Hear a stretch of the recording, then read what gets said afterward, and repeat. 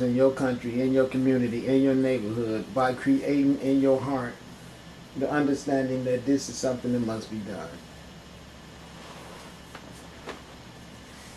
Now that's real simple.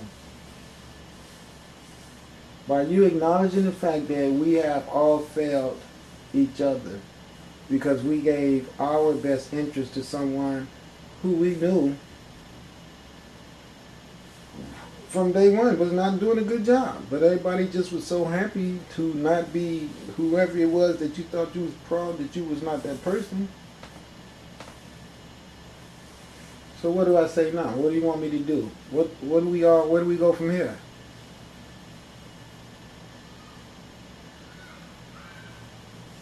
Do you get me? Only thing I can say is this. All the fixing has to start in your heart. You know what's not right. You know what's wrong. You know if you sit up and create a circumstance that's going to become volatile because of your ignorance and because of you wanting to do something just because you felt that you had a right to do some shit to somebody because you've been taught ignorance. If you hadn't been taught ignorance, you would not be trying to go out of your way to profile on someone who's got other things to do, like trying to make their money so they can get caught up on every freaking thing that they owe. And then you want to walk around because you see someone that's not even about trying to be stuck in your everyday garbage, and you want to go make problems for the person. That's why this beautiful woman right here is no longer around to be found because of her unique difference. Because of that, she had to be eradicated. So beautiful. Someone saw the need to destroy this beautiful race of people right here. This beautiful human goddess, this God encapsulated energy inside of this woman was millions of them running around everywhere. I mean, just beautiful. Running around everywhere. And now knowledge of themselves has been destroyed. And this energy and this woman's personification with it, feathers and everything, which is synonymous with Africa. We all know that the feathers and the beads and everything that you see a part of this woman's dress attire is the same type of headgear as well as neck gear that we find up and down the Nile Valley. As a matter of fact, you know what I'm going to do? I'm going to go get on this computer and I'm going to find you some more good juicy stuff to show you about the people of the Nile Valley as well as here in the Americas, as far down to Argentina and even more south. I'm going to show you the unique connection to corroborate my story that this is all one family of people, okay? So now, you just go ahead and I'll be right back. Peace. Okay, hello. Alright, so now listen. This is what I want to do. I want to show you guys, first of all, this right here. Now, we all know what that is. That's the Giza Plateau, right? We all know that. That's in Cairo, Egypt. Alright? If what we know as Northeast Africa, regardless to what anyone else says, that's where that is. It's the Pyramid de Giza. Some Greek stuff that I ain't even going to try to read. But that's what it says right there. Pyramides de Giza. It looks like it might say Macarinos Keprin Cheops.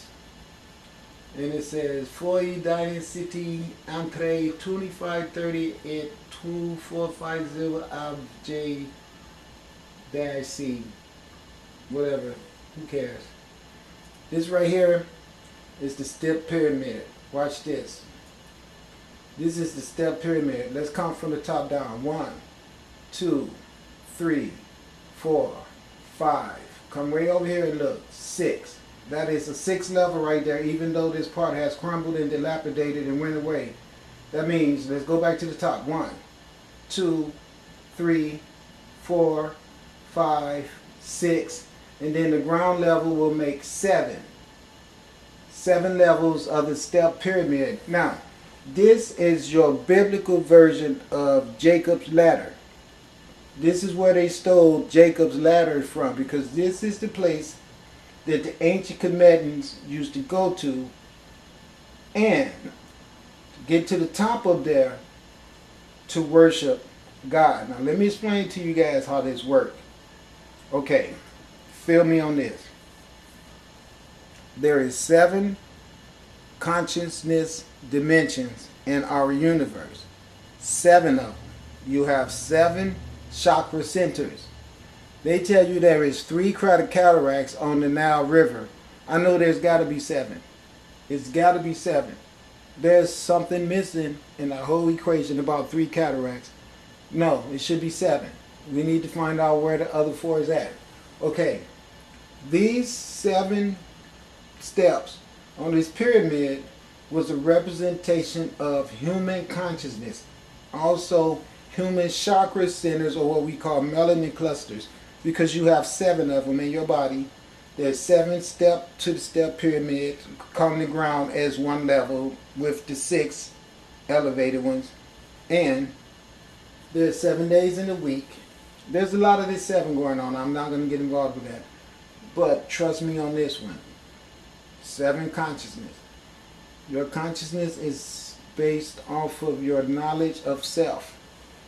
The ideal perception of who you are in your mind is what is going to design how far your cognitive ability will be able to go. If you are a person that has been told by a conqueror that you have never amounted to anything and that you have never been anything but a slave, and that's all you know, it'll be hard for you to ever elevate yourself from that level of mentality thinking. Someone would have to come along and wake you up and show you something different than that, or your genetic memory banks from the inside of you will have to play the role in your coming out of that stagnant mentality. Somehow the knowledge of self must be returned to a person. Now, the ancient Comedians made all these structures because they knew the day would come that people would be lost and not know their way. Now, here's the deal. The knowledge of all these structures is all interlocked and interlaced with the fundamentals of people being able to talk to their genetic side bank. And also, along with that, what I mean by that is just your ideal of something having to be somewhere and you being unable to relax until you go find out if things are really that way. That's what I mean. Something that'll motivate you so much where you would have to be on the quest for knowledge, whether it's DVD or books or writings on temple walls or however, but you will be cognitive. I mean, your cognitive will have diligence behind it. And you will go out because of persuasion and desire for knowledge will be so overwhelming that you would have to do that. That's the reason why these things were built by the ancient Comedians, because they knew that was a characteristic of human beings that would one day be definitely in quest of past knowledges. So that's why they built all these things, okay? So now we are going through a whole different format of things that has come into our realm of time and space, and kind of stagnated our memory of these things that I'm talking to you about right now. So this is what I'm going to be giving you a little bit of my understanding of tonight. As soon as I return, I have to go take care of something, so I need to pause for a minute and I will be right back. Okay? Peace and love. Okay, I'm back. Alright, now back to action. Step pyramid. That's what we's looking at right there. Okay, 7 levels caught in the bottom. Each level, representation of consciousness, alright?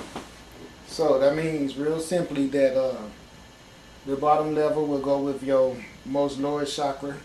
The second level will go with your second highest chakra. The third level, third highest. Fourth level, on up to your highest chakra.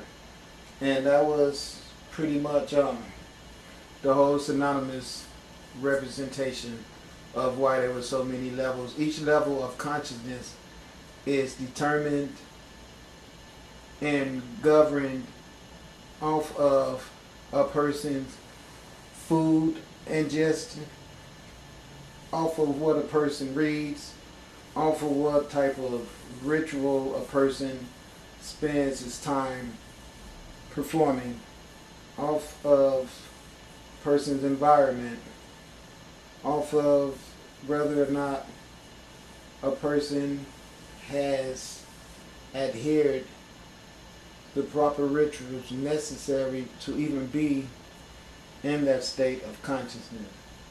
Meaning that some people can be in a state of consciousness without even being there, without being aware that they're there. People that has mental capacities like I can't think of the names right now, but you know what I'm talking about, where they have bad connections. Hold on a minute.